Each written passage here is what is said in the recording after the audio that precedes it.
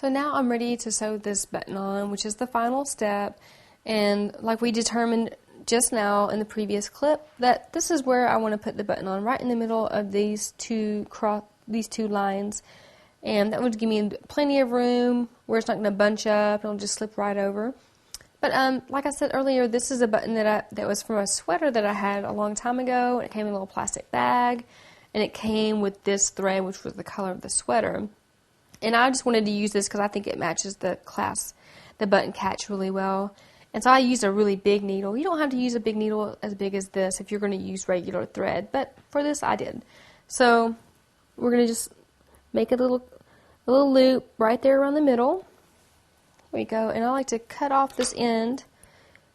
Okay, and if you look at this button, it's flat on the back. Some buttons have 4 holes, some have only 2 holes, and some have no holes and they have a catch on the back. And this one doesn't. So if I sewed it on just flat, it'd be real close to the back, but I don't want that to happen. So I'm just going to do a crisscross, but instead of bringing it all the way down and making it tight, I'm going to keep it away from the bag a little bit, just about like that. You can just hold it up. It's no big deal if it moves around because I only have to do this once since this thread is so thick. So just kind of keep it away. And let's make a little crisscross. If you have just 2 holes, you can just do it twice if you want. Or if you have the back, you don't even have to worry about pulling it away. But this one, you have to pull it away. And let me show you why. There we go. There. So you have some room. You're kind of holding it up with your fingers. You want to get this and just start going around it. So now that I've wrapped it around this button, and that means the button's, it's away from the fabric, so this will go on there nice and easy. Like you won't have to struggle to get it on there because it's flat against the fabric. I'm going to go ahead and just tie it off.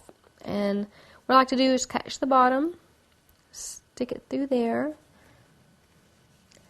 And I'll do this maybe just a couple of times. I do it once through this way, then I'm going to flip it onto the back, right here.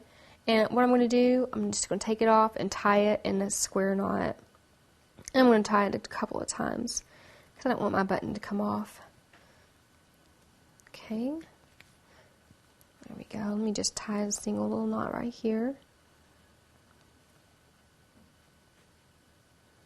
And there we go. And I'm going to leave a little bit extra just so the knot won't come undone.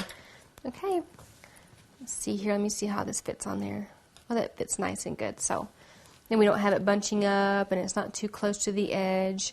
And this fabric's a little bit wrinkly. I think before I give it to my friend, I'm going to run a warm iron over this. But most likely yours doesn't have any little wrinkles on it. It's just this fabric. But anyways, that was how you make a simple messenger bag. No lining, just about the most simple bag that you can make. So if you make one of these, I hope you enjoy doing it. It was really fun.